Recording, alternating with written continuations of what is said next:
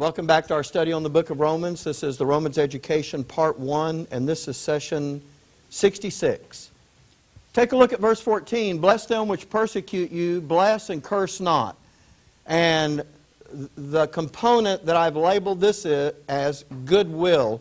You already know there's two kinds of sufferings. There's the sufferings of Christ, which come because of Satan's policy of evil. Those will really come upon us to a much greater degree later. And there's the sufferings of this present time. No one is orchestrating those. But notice when he says here, bless them which persecute you, the sufferings of this present time. Look, you may get sick or something may happen. No one's trying to do that.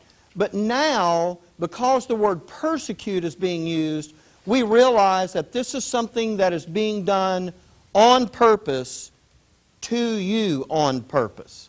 So, this is taking, to me, because of everything that's been said about how we're supposed to feel about the other members of the assembly, this is referring to someone outside of the assembly that is now persecuting you. And there's two things that I want to talk to you about very, very briefly before we actually break this down and just look at what it says right here. The first one I just mentioned to you, that this is coming from outside the assembly. The second thing is, this is the first. Well, you know what? Have you ever seen that kind of verse before? Bless them which persecute you. That is actually repeated back in the Gospels. And Paul is about to say something. I mean, he says it here, something that was said during Jesus' earthly ministry.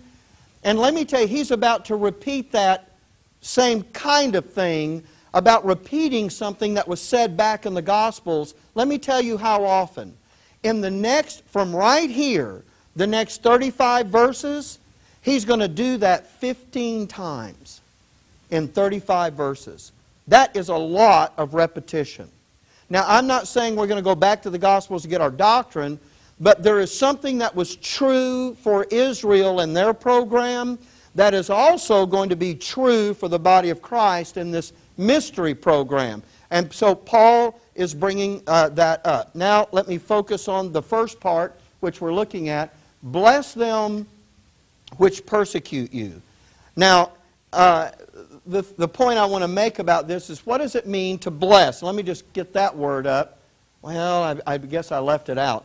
I wanted to just emphasize the word bless. What does it mean to bless someone? And I hope I didn't leave this out, but did I leave that out? I guess I did. I can't believe I did that. But to bless means, when it said bless and curse not, then to bless is the opposite of to curse. And actually, that word to bless means to speak well of someone.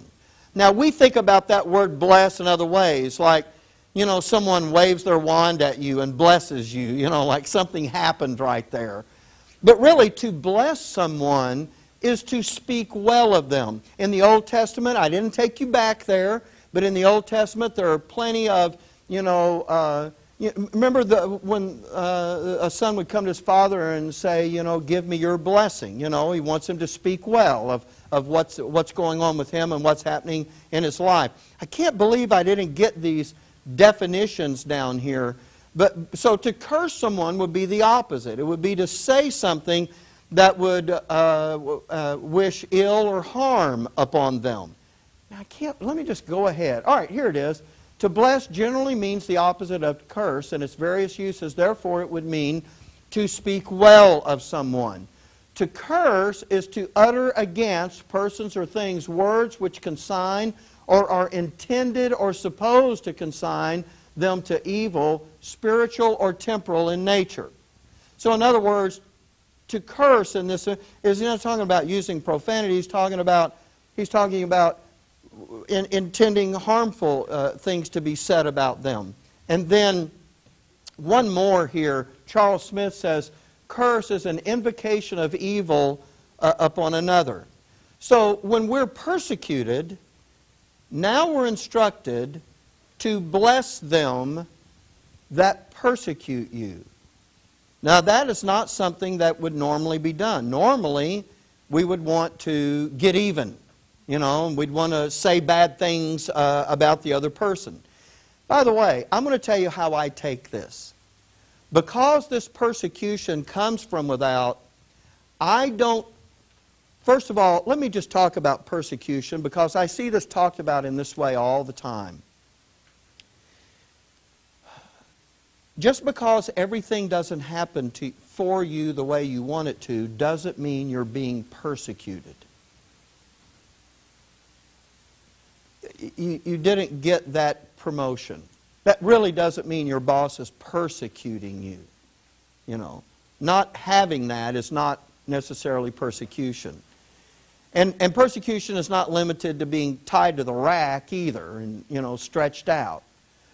But persecution is something that is directed at you personally, and I believe that this is a reference to something that we can anticipate from the adversary. From time to time, different individuals in this assembly are going to be pointed out or highlighted by the adversary, and they're going to suffer some persecution. It doesn't mean the whole assembly will suffer that same persecution. So he's not talking about saying good things about the adversary, but when the adversary does that, how is he going to carry that out? Yeah, through people. And some of them will do his work unknowingly, and Paul talks about another group who are knowingly going to participate with the adversary to our detriment. And when they're used in that way, your Heavenly Father... Now look, do you know when I got to this verse, here was what I was tempted to do. Now I got to go back and I got to look at this persecution thing, we got to get this blessed thing, and we got to do this comprehensive study of all of this so that we can... And I was tempted to do the same thing we always do. Do you know what's being told to you here? You're being introduced to this concept of not responding to them the way they have responded to you. That's what you're being introduced to here. It is going to be something different. By the way, I did want to show you that verse that was back there in Luke. This is it. Bless them that curse you, and pray for them which despitefully use you. Now, Jesus is talking to the believing remnant there. So there is something in Israel's program that is going to work the same way in our program, and that is our response to those that persecute us.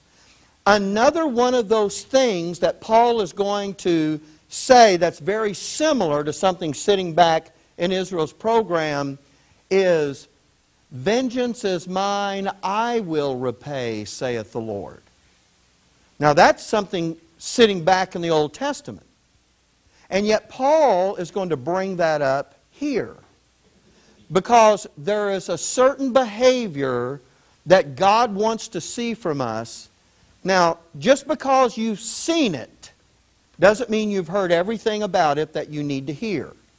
But he is introducing that to us. And by the way, if you look at the verse, when that happens, bless them which persecute you, bless and curse not, that's really not a whole lot of information. He's just laying out what it is. So if I was teaching this as the outline, you know what I'd be saying about this? You're going to be learning how to respond to the individuals who are responsible for persecuting you and intending to bring harm upon you in some way. Now, this does not mean, and again, I'm not trying to get into the details of this, but blessing them does not mean that you're going out of your way to be a doormat and allow people to persecute you. No one, you should not remain in that state any more than is, out of your control. But when you're responding about those individuals, this is how we're told to do that. And so now let me bring you back to these, because I want to bring you to this word persecute. To pursue with malignancy or enmity and injurious action, especially to oppress with pains and penalties for the holding of a belief or opinion held to be injurious or heretical. In other words, it doesn't have to be limited to that, but this word is especially used when when persecutions are coming upon someone because of something they hold to be true, some belief that they have. Can you guess what belief you have that would cause you to be the recipient of persecution? It's going to be this doctrine of sonship. Are there people in the world who have suffered just for having faith in Christ? Yes. And in some parts of the world, that is still going on today. Now, we are not suffering that. But believe me, the adversary is going to send people our way who will persecute, and they're going to do that based on what we believe about sonship. You're going to be... When I said a while ago, I said it's not very often you can sit down and talk to people about these things without thinking you're some kind of kook or nut. And I was noticing that Barbara was going, you know, something was in her head when she was doing that. And I'm thinking, you know, really, if the right people hear that, if the right people hear it, boy, they would really hang on to that and try to rake you over the coals for it. By the way, do you know how you're supposed to view that? That's a privilege, to be persecuted for sonship. And so the people that are going to do that, we're not going to be able to respond in kind to them that way. And so that gets us to that. Now, let me get you to, by the way, this is setting you up. This bless them that persecute you. When we get into justice, which is going to start in verse 17, he's going to take that issue and expand upon it. And this is kind of the segue that's going to move us into this next section of the sonship skills that we're going to be learning. I'm just saying that so that when we get over there, you'll go, oh, you know what? He ended up that section on godly wisdom in a subject that he's using to move us into justice. And I'll show you that transition again when we get over there. Here, Paul isn't explaining why this issue is so important. He is just declaring it to you, and we see it for what it is. And so, that gets us to verse 15. Rejoice with them that do rejoice, and weep with them that weep. And I use the word empathy here, because if love is really generated in you, you can't stand off unconcerned when something else is happening to your fellow saints. And if it's something that's bad, then you certainly want to come to their aid. And if it's something that's good, you want to rejoice with them in that. We've seen, well, again, back over in Corinthians, when we went over there, we saw that, you know, about, gosh, I can't even remember the verse now. But we saw that issue of, when one member suffers, all suffer, and when one is honored, all members rejoice. Okay. And so we want to share in those things that the other members of the body are going through. And now verse 16. Rejoice with them that do rejoice. I'm sorry, I got that up there, didn't I? Be of the same mind one toward another. And I use the word equity here. I wasn't wild about using this word, although I think it's a great word, but because there's a whole sonship skill under the designation of equity. And that doesn't mean there's not aspects of equity in the other skills. I mean, certainly there can be. But I called it that because I did not want to use this word. There is a difference between equity and equal. Those are not talking about the same things. Let me give you, and by the way, as we get to this is the first part of verse 16. We still have the rest of it to go. And when I called it equity here, it is because of the things that followed. Maybe what I ought to do is turn over to that. But before we do, let me say a couple of things about this. When it says, be of the same mind one toward another, it did not say one with another. If you said one with another, it means we're all supposed to be thinking the same way. That's not what that says. This says we should be thinking about everyone the same. In other words, I should be thinking the same way about every individual member. Now, does that mean I'm supposed to see all the members at... I need to explain this so that nobody runs out with their hair on fire. There are always, as we go through the education, there are people who are going to come in who, like when Audie and Kim first came in, they weren't caught up. So they started working on that. Not everybody's at the same place in the education. It's not everybody's equal. But are we supposed to look at someone differently because they're not at that place? And when I say look at them differently, I don't mean we can't discern that they're not as far along and we need to taper our conversation to match that. Of course we do that.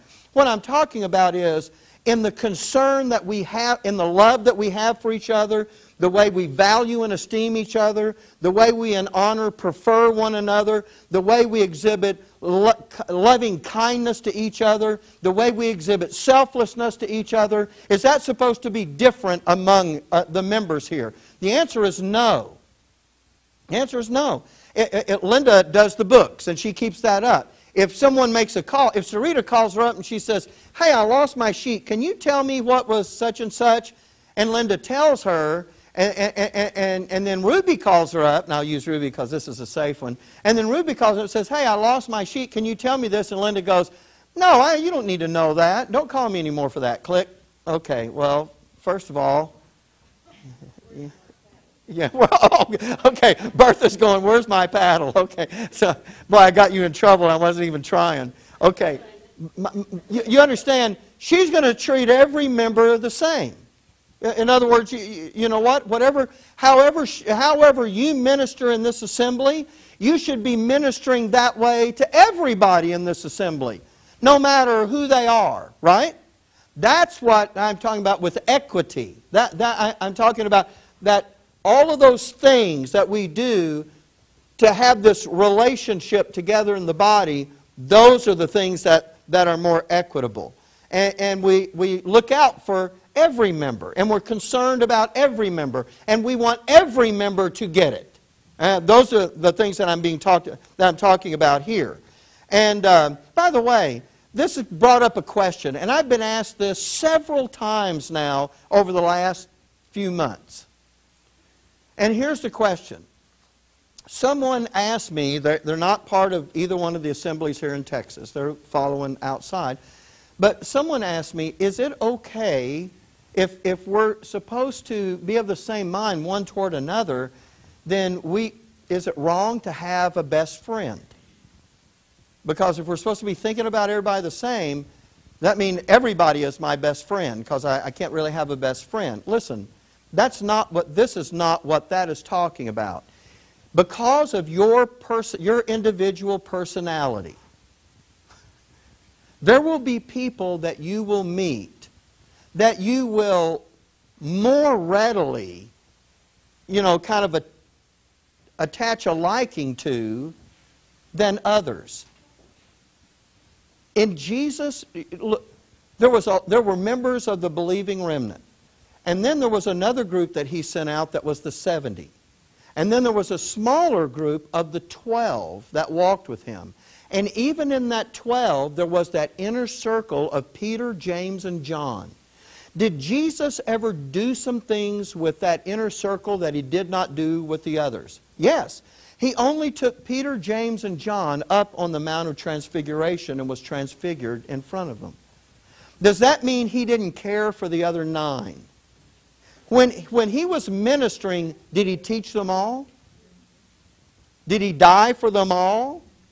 The provision that he made on the cross, was it accessible to them all? But would you say that in some ways Jesus may have, I'm not talking about in his ministry, but in some ways he may have felt a little closer to some than to others?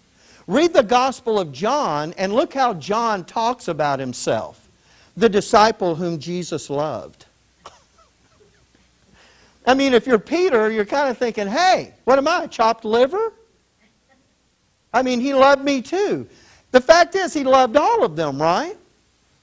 But who is it that sat right next to him and leaned on him at that Last Supper? It was John. He was always right there. Now, because, well, anyway, for some reason, I think John was a little younger than the others, and I think he had this real attachment to the Lord. That may not be the case, but that's in my thinking. But it's irrelevant. But to say, is there someone, is it okay for you to have this friend that you're talk to more and more intimate with? Of course.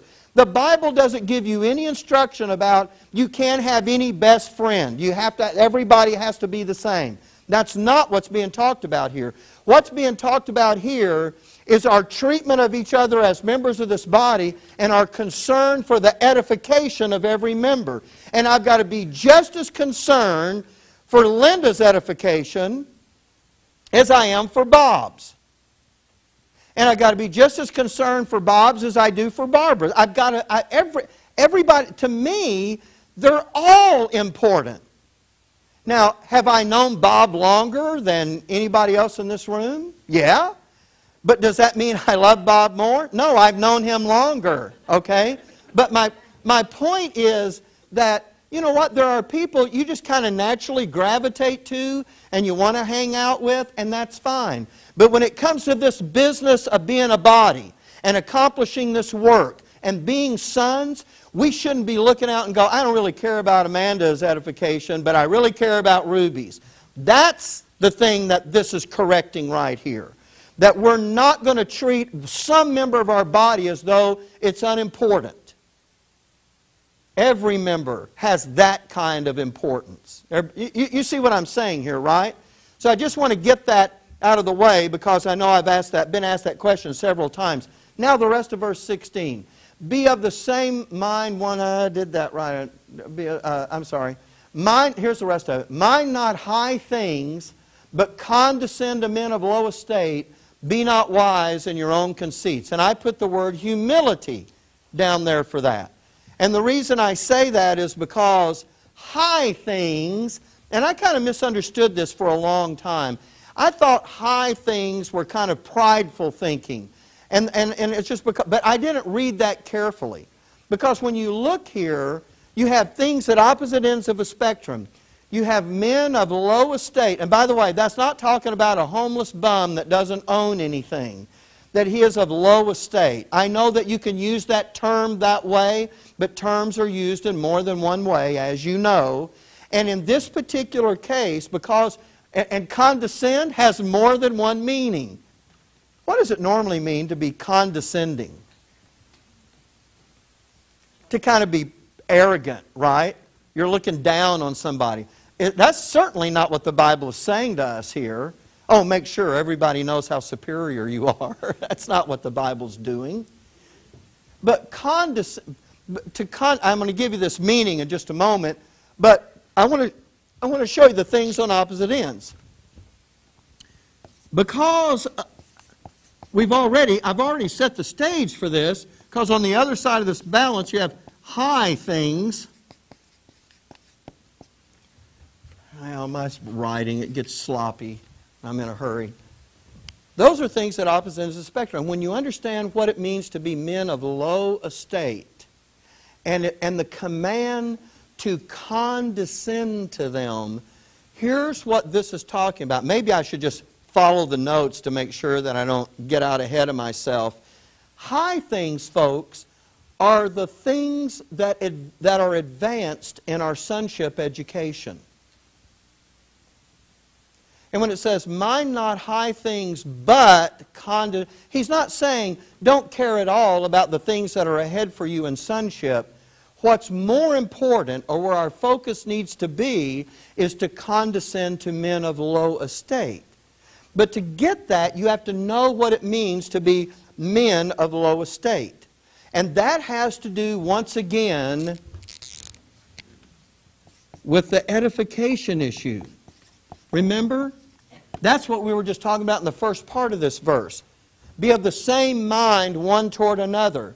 I care about your advancing in your sonship. I care about your edification. And I care about everybody's edification the same. And if I'm doing it right, I have to care about yours more than I care about mine. And you have to care about all the rest of us more than you care about yourself. Because we're in honor preferring one another. We're taking a back seat. So it's my job to put you first. It's your job to put the rest of us first. Now, if we all do that, this works. And because we're talking about edification, men who are of low estate are those who are not up with other. In other words, by the way, even in the same group, there will be some people who are slightly ahead in their understanding of other people.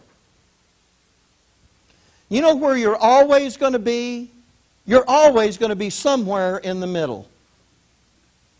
There's always going to be somebody that knows something about sonship that you don't know. And there's going to be people who don't know as much about it as you know. And so the focus is not for you to get so carried away on what's next, what's next, what's next.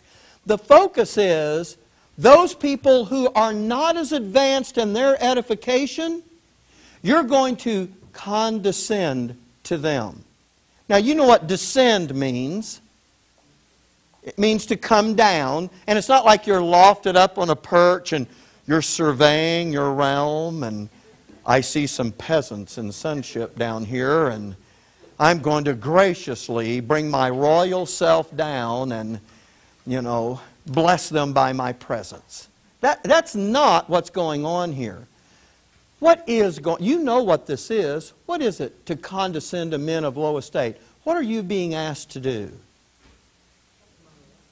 Yeah, you're being asked to find those folks who are not as far along and to put yourself, condescend is not the bad thing, it's to put yourself on their level and bring them up. That's what that is. This is not being insulting to people of low estate, because there's several reasons that people can be behind. Let me give you some of those reasons. We've talked about some of these before. What happens when someone comes in that assembly, comes in here to be a part of this assembly, you know, in a week? There is a lot of things you already know they don't know. And so this would come into play for us. We would know that our real desire is not so much about, hey, let's get to the next one, let's get to the next one. We're not minding.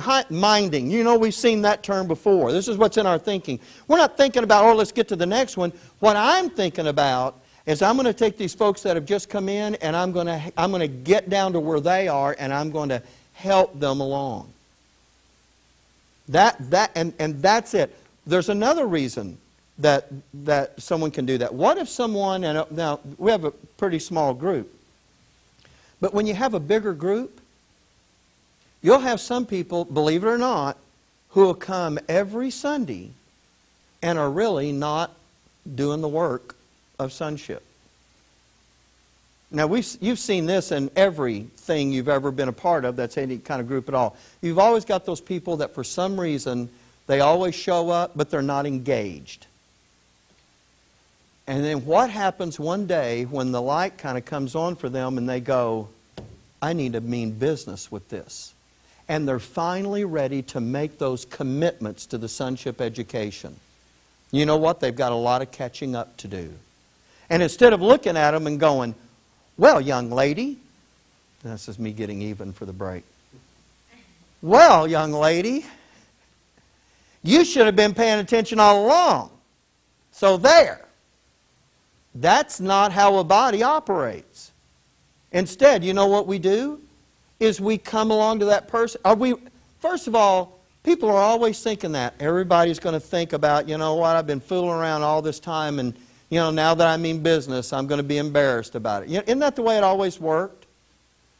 People, you know, in the old days when people dropped out of church and then, you know what, they would not come back. You know, remember why? What was the big reason?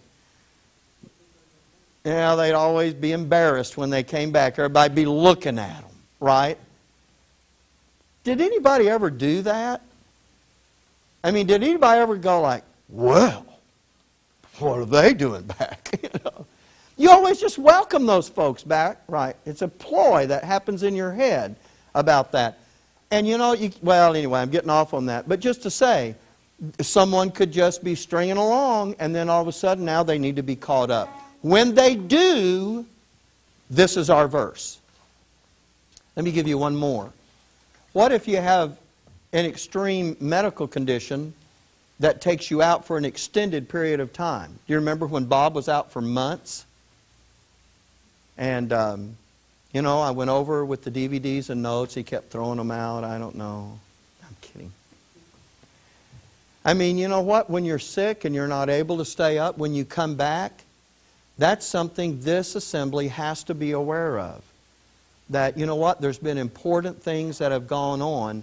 And you know what? Because we're all one body, it's all of our jobs to do this with people. Okay, so I think I've made that point, and we've talked about that. That Oxford English Dictionary, condescend to men of low estate. That's what we're talking about here. Putting ourselves on the level of someone who's not as advanced as we are. Well, what about those people that are ahead of me? You know what their job is?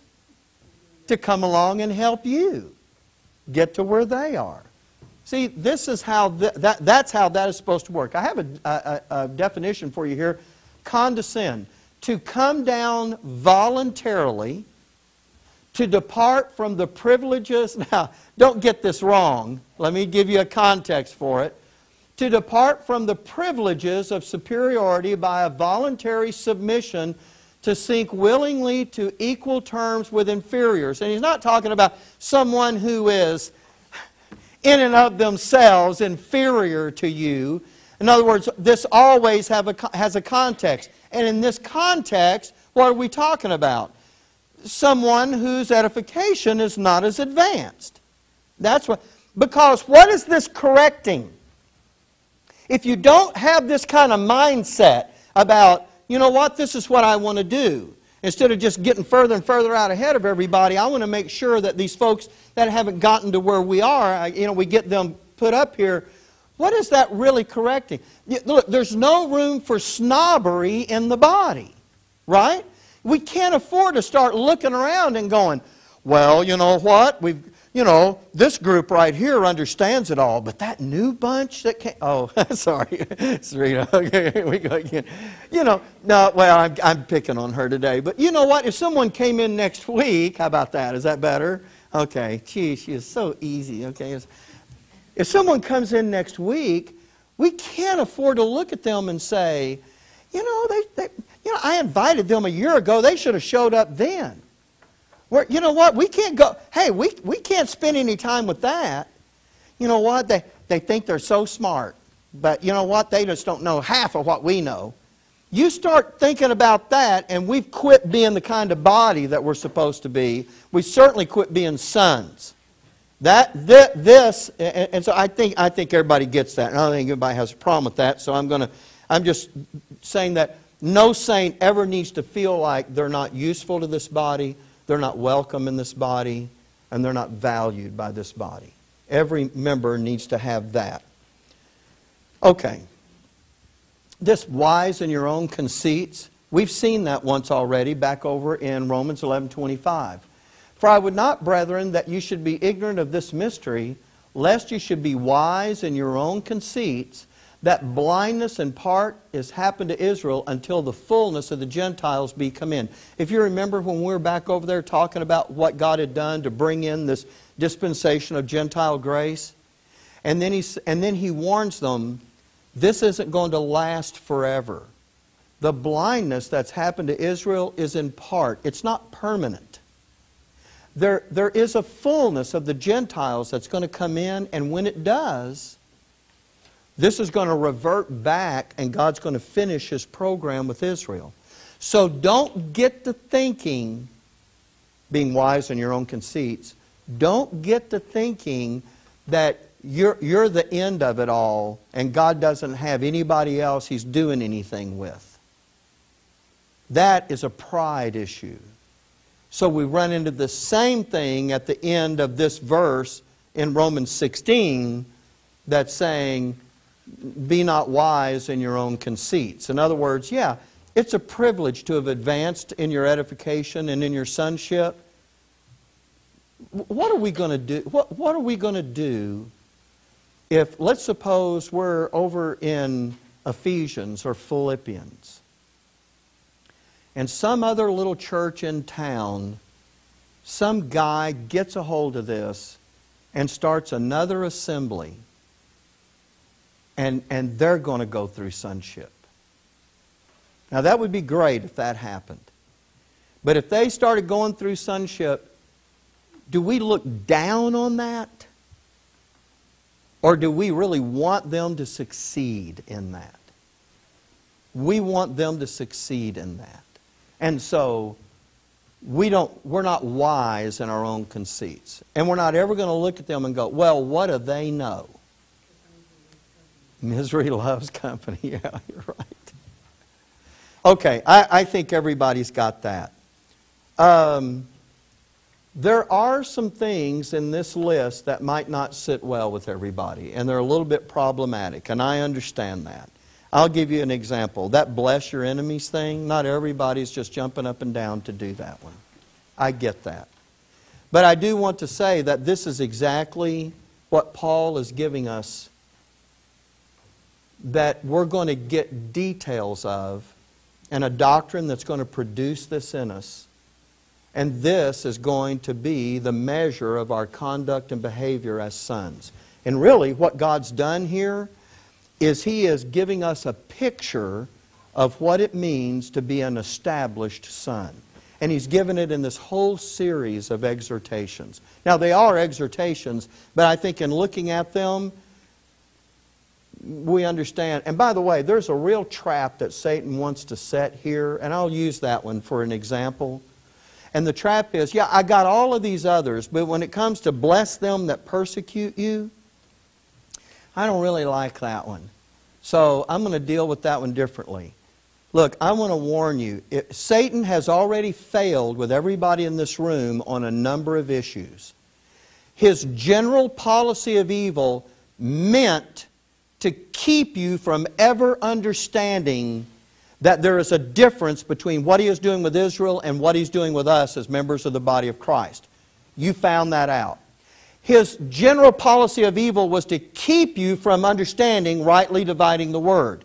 You know about that. So that failed. What he wants to do is put you back under the law. But you know better than that. So that has failed. So the next step in his work to get you off track is to highlight some area that you know God wants you to do and to make you either uncomfortable or unhappy with it so that you'll reject that and now you'll start doing it your way instead of your Father's way. Because He failed to keep you in the dark. So now that you know, the idea is to make you unhappy with something that your Father wants to do. Now I have to be honest, my flesh doesn't like a lot of things. But my spirit really desires for sonship. And whatever I need to do to get there, and I know I'm saying things that you're agreeing with, I know the people in this room, whatever it takes to get there, that's what's going to be done. And I'm counting on this doctrine to do its work in my inner man, to be the son that I'm supposed to be. And that's the trap that Satan has laid for all of us. Okay, so now I've taken you through verse 16. By the way, Mark came up at the break and said, did you say you're going to get through Romans 16 today? And I meant verse 16. I know I just said we're going to start with 13 and go through 16. I didn't say verse or chapter. I was just, my own mind understood verses. So for those that are on the DVD wondering when we're going to finish the book of Romans today, yeah, that was verses. Okay, in this chapter. So I need to, by the way, I have something for you. I have another little flashcard type thing. It's different from the others. But because this is so important, we can't get out of this and start in justice next time until I make sure that we know how to apply what's here.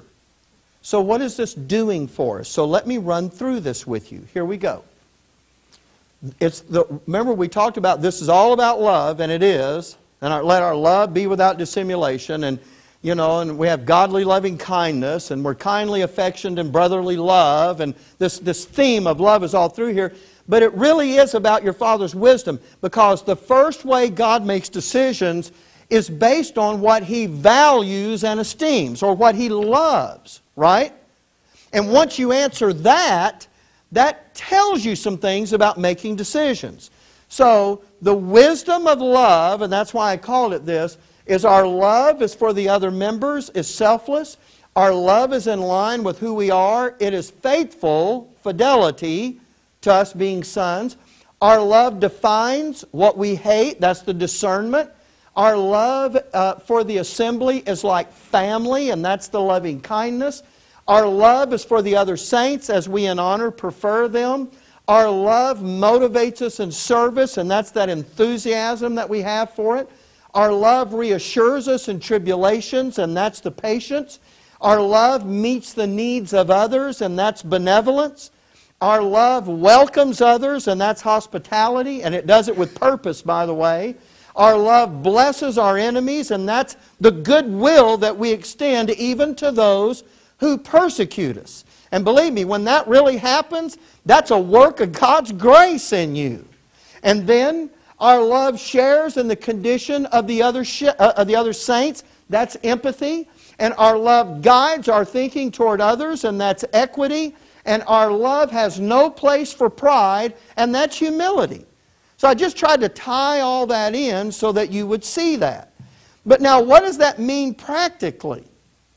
Just because you can see that and say, yeah, I see how you got that. And by the way, you may go home with those notes and say, there's a couple of these words, I think I have a better word for it. And that's fine. And I'm sure there is for a couple of those.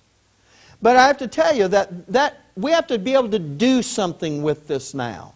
And if this is a decision-making skill that we're learning, then I want to give you a way to be able to utilize it for that.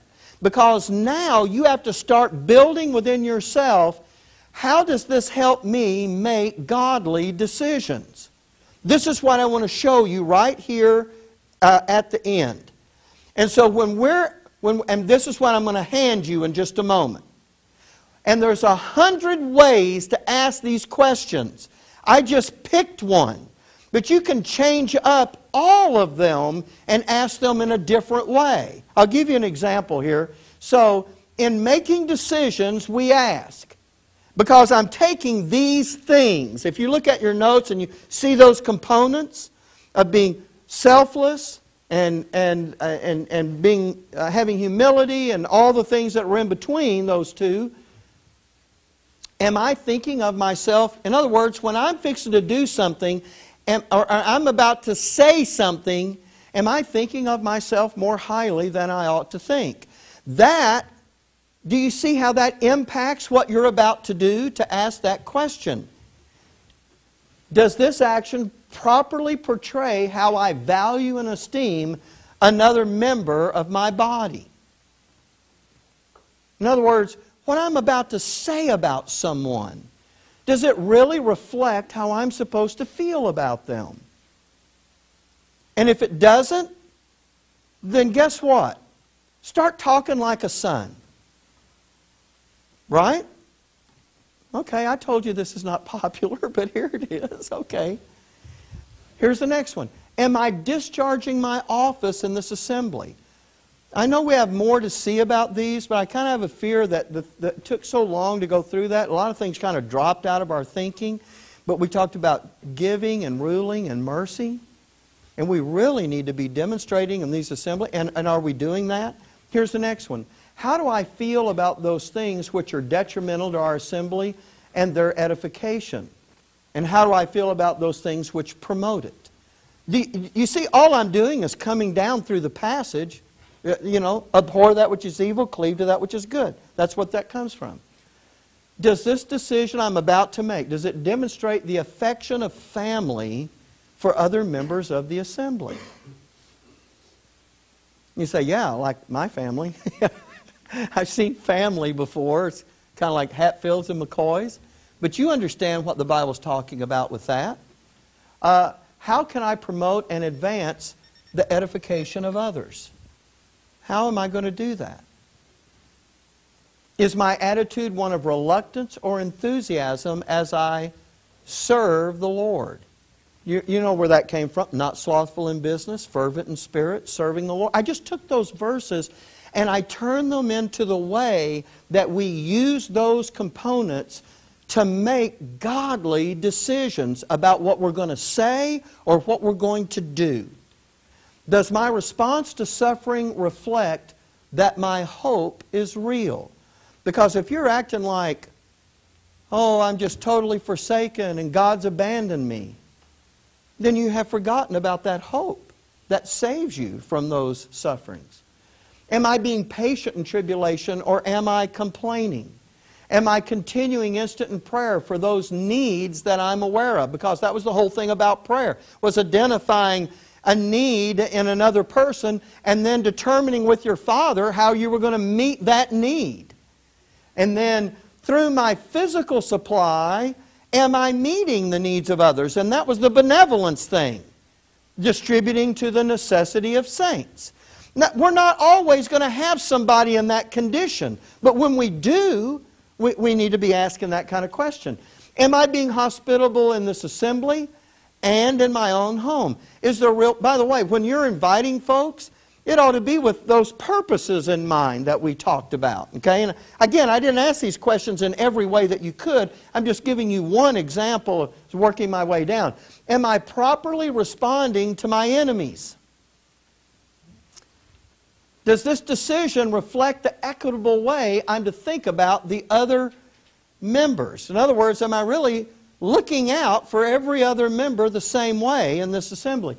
Am I humbly serving those who are not as far along as I am? So all of these things that you see, now I'm going to pass these out, but or I'll tell you what I'll do is I'll put them on this table up here and you can come up and get one. I guess maybe that'd be the better way to do it, and we'll finish this up. But what I've got on one side is the components of your Father's wisdom, and I listed all those components with the appropriate verse. And on the other side, it's this issue of using these things to make wise decisions. So I just want to ask you right here at the end of this session, do you see the value now of taking what you've learned and turning it into a way to make decisions about how we think or how we speak or what we do, so that those things line up with what we understand our Father wants from us? No, we haven't heard everything there is to hear about it. And we do have more things to learn and to build on. But we've been exposed to this much, and we've been told about it, and we're aware of it, and it's in our mind. And we have to get off somewhere and use it, right? And so this is the place. So having now come through all of this, I'm trying to find a practical way to put this knowledge to work in our everyday life. And the reason I'm giving it to you in print, so it will actually fit in your Bible, is because I want you to have this thing. You know what I thought about? I thought, you know what, maybe I'll tape one of these up, over my computer monitor. Maybe I'll tape one up, over Bob's computer monitor. Maybe I'm being funny. Not too much, evidently. I want to be reminded. I want this to start, because at first, you're going to have to do this on purpose. Only after you've done it and done it, does it finally become part of who you are. And you know what they say. I don't know who they is, but this is what they say. That you have to do something consistently for 30 days before it finally begins to get ingrained in you. Now, the Bible doesn't make that kind of statement, but this is something, though, that we need to start doing, is making the practical application of the things that we're being given either in exhortation or in doctrine. Does that make sense to everybody? Why are y'all looking at me like I slapped your grandma or something? This really means that we have at least the first part of a skill that we can start to use in some practical ways. All right, let's have prayer and we'll be done. Father, thank you for the opportunity to meet together and to look at these things in your word. And as we go through the book of Romans, Lord, we pray to do justice to all the things that are written there. And let this education take its course the way that it is meant to. We thank you for the privilege of engaging in it. And now that we have something in our minds, in our hands, so to speak, that will enable us now to start making decisions based on these fundamental things, I pray, Lord, that every one of us would go home with the intention of starting to put these things into practice, knowing that we're being conformed to the image of your Son by these things, that they're actually going to produce in us a change on the inside to make us the sons and daughters that you desire for us to be. And that knowledge, Lord, may that be a motivation for us to engage ourselves in looking at these things and reminding ourselves of these things and making decisions out of these things. And as we continue to learn more and more, we'll be able to add to the things that will guide the way that we're going to make decisions. This is the way this works. And we're thankful